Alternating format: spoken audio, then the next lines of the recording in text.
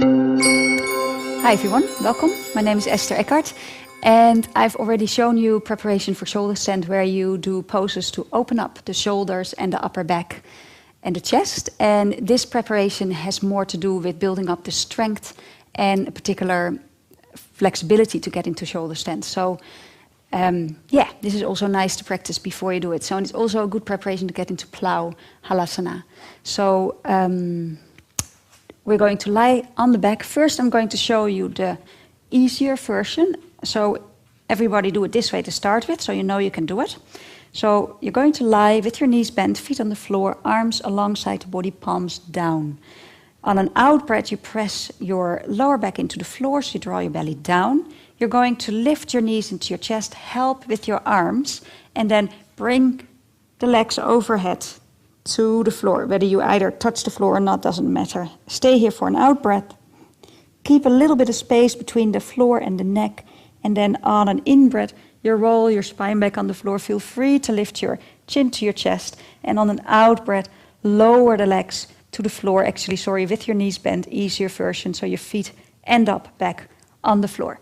So one more time, easier version. On the out breath, press your lower back down, lift your legs up and over. Stay here for the out breath.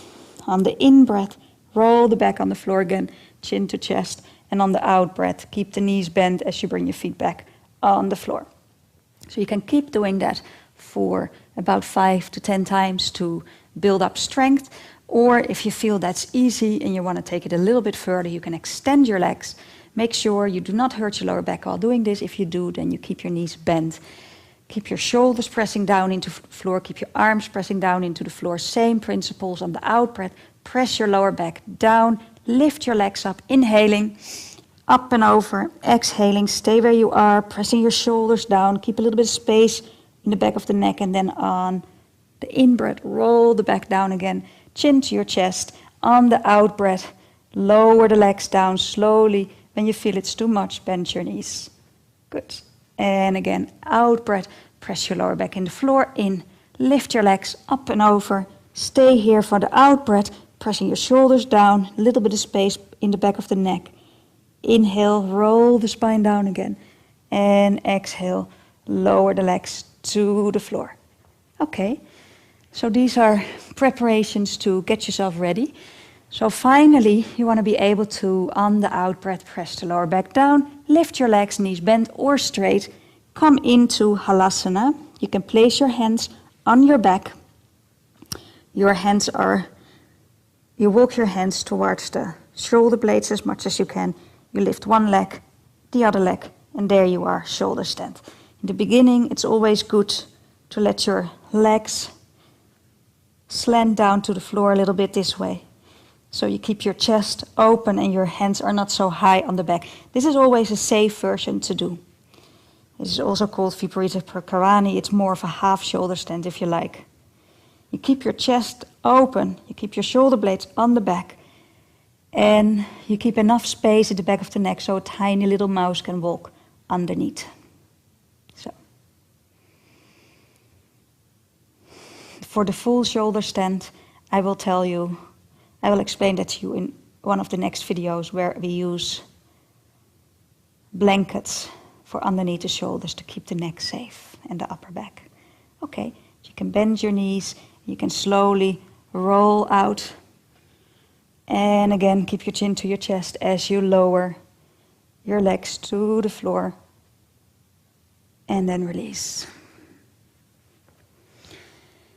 Take a breath, and from here we're going to come into fish pose. So bend your knees, feet flat on the floor, lift your bum, slide your hands underneath with the palms down, and your bum rests on the hands, or just above the wrists or something like that.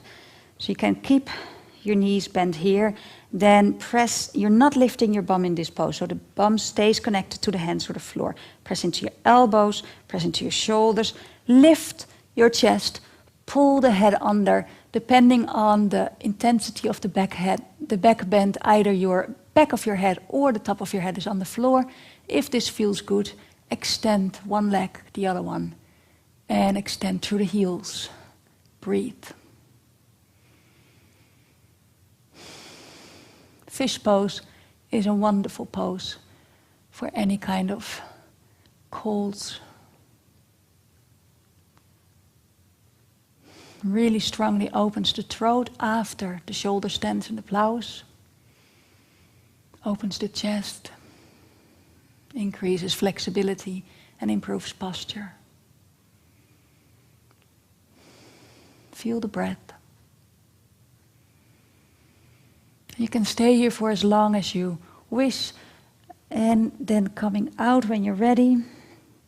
And I'd like to show you one more variation of fish pose that I personally really like, is you walk your feet in as far as that you can begin to grab your ankles and then lift your hips and walk your heels underneath your bum. So you're holding the top of your feet now with your hands. Same principles apply, except that your bum is now not on the floor but on your heels, pressing your shoulder blades down, your elbows into the floor, pull the chest up. And this time, now maybe the head is not on the floor, but maybe there is a little bit of weight in your head. But you're trying to balance the body by bringing the knees towards the floor and the head towards the floor. So the whole front of the body gets a nice stretch as well. Breathe.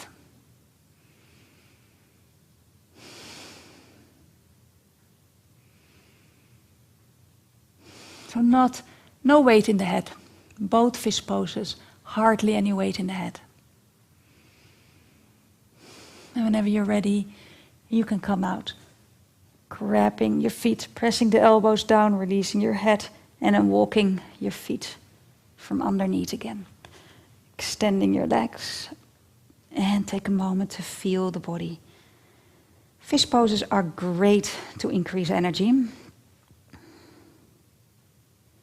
And to sort of clear your head a little. I like it to clear my head. It feels always a bit more open afterwards. And their counter pose for shoulder stand and plow.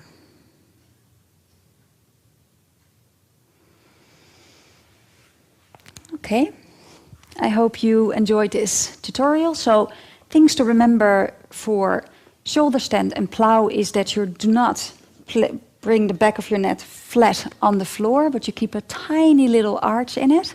So remember that little mouse that wants to walk underneath. And the thing to remember for fish pose and the variation of the fish pose is to have hardly any weight in your head so you're not compressing your neck. I hope you enjoyed this tutorial and keep practicing. Thank you for joining me.